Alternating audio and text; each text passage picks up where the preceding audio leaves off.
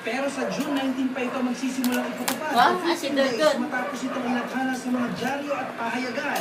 Babala ng LTFRB sa mga may tumatakbong kolorong sa kalsada. Tigilan na ang iligal na gawain.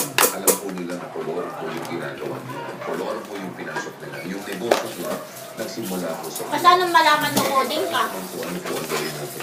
Hindi naman po Ha? ang mga illegal activities. Ata sa mga mamangay, announce na? Suportado ng Metro Bus Association ang bagong panukalang ito ng Department of Transportation and Communication. Lalo na't ang nakikinabang ng baway ang mga lehitimong bus company. Pero pangamba rin nila na pagsunod ng panibagong korupsyon. Hati naman ang opinion ng mga driver at mga pasahero. Ang importante ang milyon.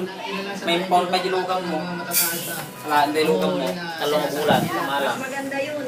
Kasi kung mataasan nila yun, baka itong mga kulong may matakot ng lumabas. Tama lang yun. Para mawala ng mga kulong. Kasi para mawala ng graphic. Dante Perello, nakasito. Ay, maragay. Kahit sa pangalakas ng ulan ng bugo sa ilang bahagi ng Metro Manila at Luzon ang ngayon ng hapon, hindi pa po opisyal na panahon ng tag-ulan ngayon. Kaya ang mga otoridad naghahanda na sa posibleng pambaha. Mula sa Luzon ng Manila. Okay ka na? Naglalabasan mo. Naglalabas. Lumalabas na. Doon na sa baba niya. Wala, kahapon puno-puno dito. Red na red. Ano, ginawa, kinuha ko yung TV ko, nilagay ko. Tapos ganun pa rin siya naman.